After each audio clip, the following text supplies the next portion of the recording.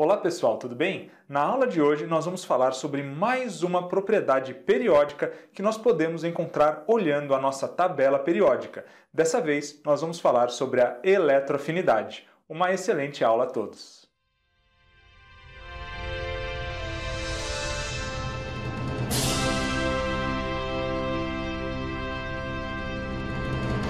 Vamos começar então definindo o que é a eletroafinidade. A eletroafinidade é a energia liberada ou absorvida quando um átomo neutro, isolado e no estado gasoso, recebe um elétron. Na maioria dos casos, quando o átomo recebe ou ganha um elétron, ele libera energia. Então nós temos aqui, é claro, uma transformação exotérmica, essa transformação do átomo, então, que se torna um ânion. Vamos ver aqui, por exemplo, o caso do cloro. Nós temos aqui então o cloro isolado e no estado gasoso recebendo um elétron. O que vai acontecer? Então nós vamos ter aqui a formação do ânion monovalente do cloro, que é o cloro menos, e a liberação aqui de uma certa quantidade de energia, nesse caso 352 kJ. Lembrem-se, pessoal, vocês não precisam conhecer esses valores. Aqui eu só estou utilizando para ilustrar. Nós podemos generalizar, então, essas reações de ionização, quando, então, um átomo, como no caso aqui do cloro, passa a ser um ânion, da seguinte maneira. Nós vamos sempre começar aqui, então, com o átomo isolado no estado gasoso, nesse caso representado aqui pelo X. E aí esse átomo vai ganhar um elétron e se tornar, então, um ânion aqui monovalente, liberando uma certa quantidade de energia. E essa energia nós podemos medir aqui com as seguintes unidades: o quilojoule ou o elétron-volt, as mesmas unidades de quando nós falamos lá do potencial de ionização. Vamos ver então como é que a eletroafinidade aumenta ou diminui lá na tabela periódica, começando nos períodos, lembrando que os períodos são as linhas horizontais da tabela. Nos períodos, então, nós temos uma tendência de crescimento da esquerda para a direita. Vamos estudar aqui o caso do sódio de novo e do cloro. Olhando aqui a distribuição do sódio e a distribuição do cloro, nós vemos que ambos têm 3 camadas, então ambos são do terceiro período da tabela periódica. O sódio, que vai estar mais à esquerda, possui número atômico 11 e o cloro, que está mais à direita, possui número atômico 17. Lembram-se, se nós quiséssemos saber a qual grupo, a qual coluna esses elementos pertencem, basta nós vermos a quantidade de elétrons que eles possuem na sua última camada. No caso do sódio, ele tem um único elétron, então ele é do grupo 1, ou da família 1A dos metais alcalinos. Já o cloro, ele possui, na terceira camada, 2 mais 5, 7 elétrons. Então, ele é da família 7A ou do grupo 17, que é o grupo dos halogênios. Vamos olhar, então, o raio atômico desses dois elementos. Perceberam que o raio do sódio é maior? Lembram-se que nós vimos que o raio atômico ele crescia sempre da direita para a esquerda na tabela periódica? Por que isso? Porque nós vamos ter o mesmo número de camadas, só que essas camadas estão sendo atraídas por muito mais prótons lá no núcleo, quanto mais à direita o elemento se encontra. É o caso do cloro. Então o cloro tem 17 cargas positivas aqui para atrair as mesmas 3 camadas eletrônicas. Já o sódio, com essas mesmas 3 camadas, possui apenas 11 prótons lá no seu núcleo para manter essas camadas unidas. Então a força de atração do cloro é maior. Isso significa o quê, pessoal? Isso significa que o cloro, então, exerce uma força atrativa maior sobre a sua terceira camada, essa camada de valência. Então, quando um elétron entrar aqui, ele vai ser atraído com muita força. E isso, então, vai ajudar a estabilizar o átomo, já que aqui ainda existe uma grande força atrativa. Nós podemos, então, dizer que o cloro gosta muito de elétrons. Ele é muito eletroafim, tem uma alta afinidade eletrônica. Então o cloro vai gostar de ganhar um elétron mais do que o sódio. O sódio mal está dando conta de segurar esses últimos elétrons aqui da terceira camada. Então ele não vai liberar tanta energia assim ao receber um elétron. Nós podemos ver então que a energia liberada pelo sódio é de 53 kJ quando ele receber um elétron. Já o cloro vai liberar 352 kJ. Por isso nós dizemos que a eletroafinidade ou a afinidade eletrônica do cloro é maior que a do sódio. E aí, pensando sempre no raio atômico, nós podemos dizer que quanto maior o raio atômico, menor a afinidade eletrônica. Então nós podemos dizer que a eletroafinidade varia de maneira inversamente proporcional ao raio atômico. Viram só então? Se nós entendemos bem o que é o raio atômico e como é que nós podemos identificar o crescimento do raio atômico na tabela periódica, fica fácil entender agora a eletroafinidade. Aqueles átomos menores têm ainda o seu núcleo exercendo uma grande atração sobre as camadas mais externas. Então é claro que esses átomos vão conseguir segurar com mais força o novo elétron que está chegando. Por isso, então, quanto menor o raio atômico, maior a eletroafinidade. Olha só, como nós vimos então, o cloro aqui do grupo 17 ou da família 7A dos halogênios, ele está mais à direita do que o sódio. O sódio lá do grupo 1 ou da família 1A dos metais alcalinos, ele tem então um raio atômico maior porque ele tem menos prótons no seu núcleo para segurar as mesmas 3 camadas eletrônicas, já que tanto o sódio quanto o cloro ambos são do terceiro período. Quando nós falamos do raio atômico, nós vimos que nos períodos havia uma tendência de crescimento da direita para a esquerda. Nós podemos ver então que o raio atômico do sódio é maior do que o do cloro, porque o raio cresce da direita para a esquerda. Falando em números, o sódio tem então 186 picômetros de raio, enquanto o cloro tem apenas 99. Agora, quando nós falamos da eletroafinidade, a tendência de crescimento é oposta, agora da esquerda para a direita. Então, o cloro que está mais à direita vai ter um raio atômico menor, mas ele vai ter maior afinidade eletrônica. Por isso, então, quando o cloro recebe um elétron, ele libera mais energia do que o sódio. E aí, pessoal, veja só, a gente não considera os gases nobres. E vocês logo vão entender por quê, mas os gases nobres eles têm a sua última camada completa. Eles não gostam muito de receber elétrons, nem de perder. Por isso, então, a gente normalmente deixa eles de fora dessa classificação. E aí, como nós vimos, nós vamos ter a eletroafinidade aumentando da esquerda para a direita, no sentido oposto do raio atômico. O que acontece agora nos grupos ou nas famílias da tabela periódica? Nesse caso, nós temos a tendência de crescimento de baixo para cima, claro, sempre no sentido oposto do raio atômico. Vamos comparar aqui na família 1A ou no grupo 1 o lítio, o sódio e o potássio, todos da mesma coluna ou da mesma família dos metais alcalinos. O lítio, então, ele tem 2 camadas eletrônicas apenas, com seus 3 elétrons. O sódio já está no terceiro período, então ele tem 3 camadas eletrônicas. E o potássio, do quarto período, tem 4 camadas eletrônicas. Concordam comigo, então, se nós fôssemos ver o raio desses 3 elementos, nós teríamos o lítio com apenas 2 camadas, o sódio com 3 e o potássio com 4. Como o potássio apresenta, então, um raio atômico maior do que os outros elementos, ele vai ter uma força atrativa menor aqui sobre a sua última camada. Então, ele vai, claro, ter menor eletroafinidade, menor afinidade eletrônica. Por isso, o lítio tem mais afinidade eletrônica do que os outros 2 elementos que nós estamos vendo. Ele libera 60 kJ quando recebe um elétron.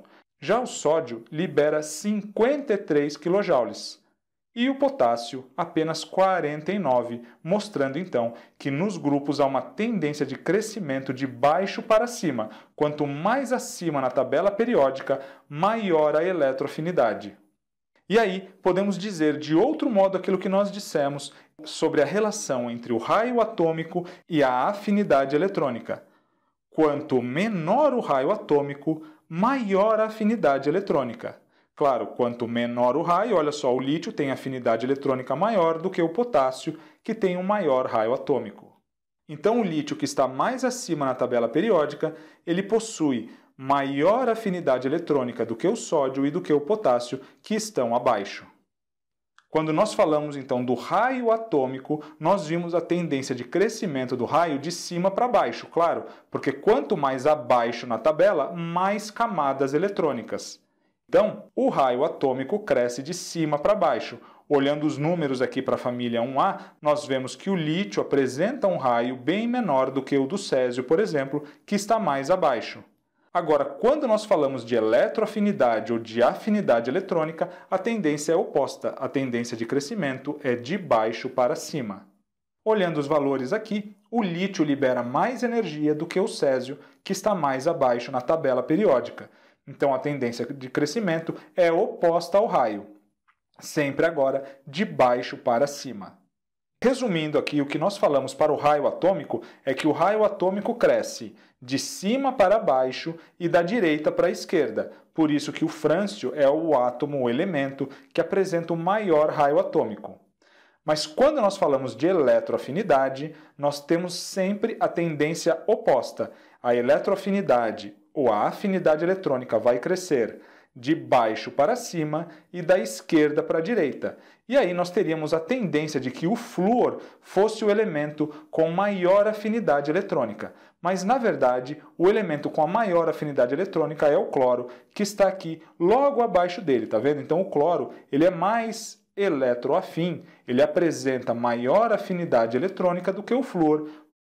Então, embora nós tivéssemos tudo apontando para o flúor ser o elemento com maior afinidade eletrônica, na prática o cloro ele apresenta maior afinidade eletrônica do que o flúor. Mas isso não importa, tá, pessoal? Se aparecer para vocês ali a setinha apontando para o flúor, não tem problema nenhum, porque quando nós falamos de propriedades periódicas, nós falamos sempre de tendência. Então, há uma tendência nesse crescimento, nesse aumento da afinidade eletrônica, da esquerda para a direita e de baixo para cima, apontando então ali para o flúor. Mas de qualquer modo, o flúor apresenta sim uma grande afinidade eletrônica, assim como o cloro. Então a família dos halogênios, que está mais à direita na tabela periódica, vão ser os elementos, vai apresentar os elementos com as maiores afinidades eletrônicas.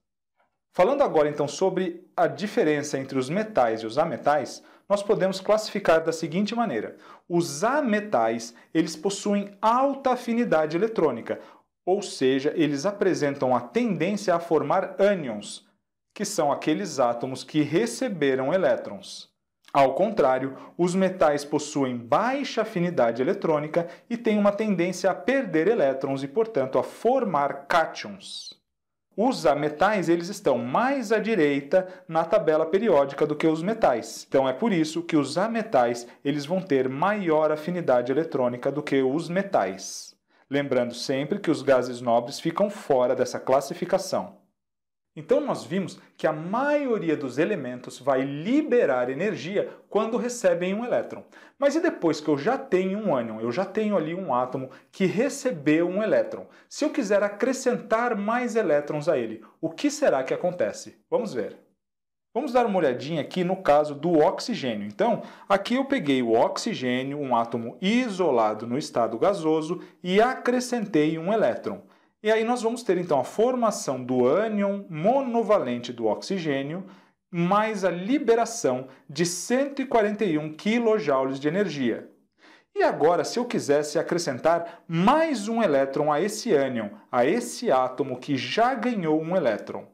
Nesse caso, então, pegando o ânion no estado gasoso para acrescentar mais um elétron e formar agora esse ânion bivalente do oxigênio, nós vamos ter, pessoal, a absorção de 844 kJ de energia. Então, nós não temos aqui mais a liberação, mas sim a absorção de energia.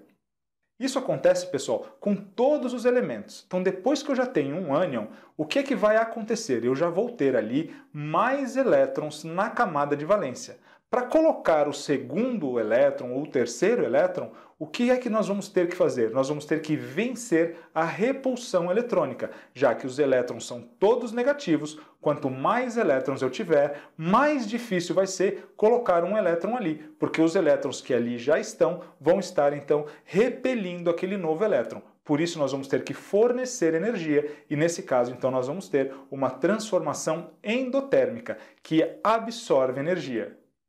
E nós podemos então representar essa equação da seguinte maneira. Além desse modo que é menos usual, aqui apresentando a absorção de energia com sinal negativo no lado dos produtos da nossa equação química, nós podemos também ter ela de um modo mais usual aqui do lado esquerdo, do lado dos reagentes, com sinal positivo. Isso significa, então, que quando eu tenho um ânion, se eu quiser acrescentar mais um elétron, eu também vou ter que acrescentar, que fornecer energia para a formação agora desse ânion bivalente. Então, nós podemos encontrar nas provas esses dois modos de representação, sendo que esse segundo é o mais usual, mas esse daqui também pode aparecer para tentar surpreender vocês na prova. Então, energia do lado direito com sinal negativo significa absorção de energia, do mesmo modo que a energia aqui do lado dos reagentes com sinal positivo significa que a reação está absorvendo energia, que nós temos que fornecer energia para que ela aconteça. Vamos então resolver um exercício aqui, pessoal, sobre a afinidade eletrônica. Sobre a afinidade eletrônica é incorreto afirmar. Então, muita atenção, ele quer a incorreta. Então, letra A. Os metais são os elementos químicos que apresentam as menores afinidades eletrônicas. Verdade, pessoal. Os metais estão mais à esquerda na tabela periódica. Então, eles possuem, sim, as menores afinidades eletrônicas.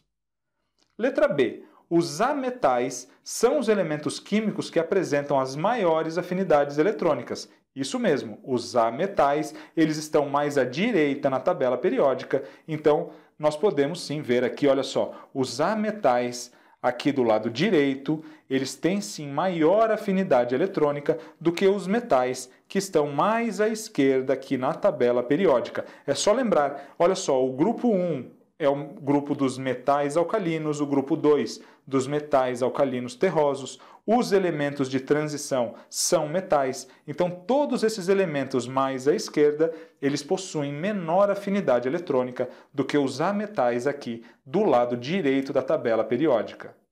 Letra C. Sobre a afinidade eletrônica, então, nós podemos dizer que ela aumenta de baixo para cima na tabela periódica? Sim, verdadeiro, pessoal. Sempre no sentido oposto do raio atômico. Quanto mais para baixo, mais camadas, então maior o raio. Então, no caso da afinidade eletrônica, ela vai aumentar no sentido oposto. Quanto menor o raio atômico, então quanto mais acima o elemento estiver, maior a afinidade eletrônica. É só lembrar aqui do cloro e do flúor, que são muito eletroafins, que possuem alta afinidade eletrônica, que gostam muito então de ganhar elétrons.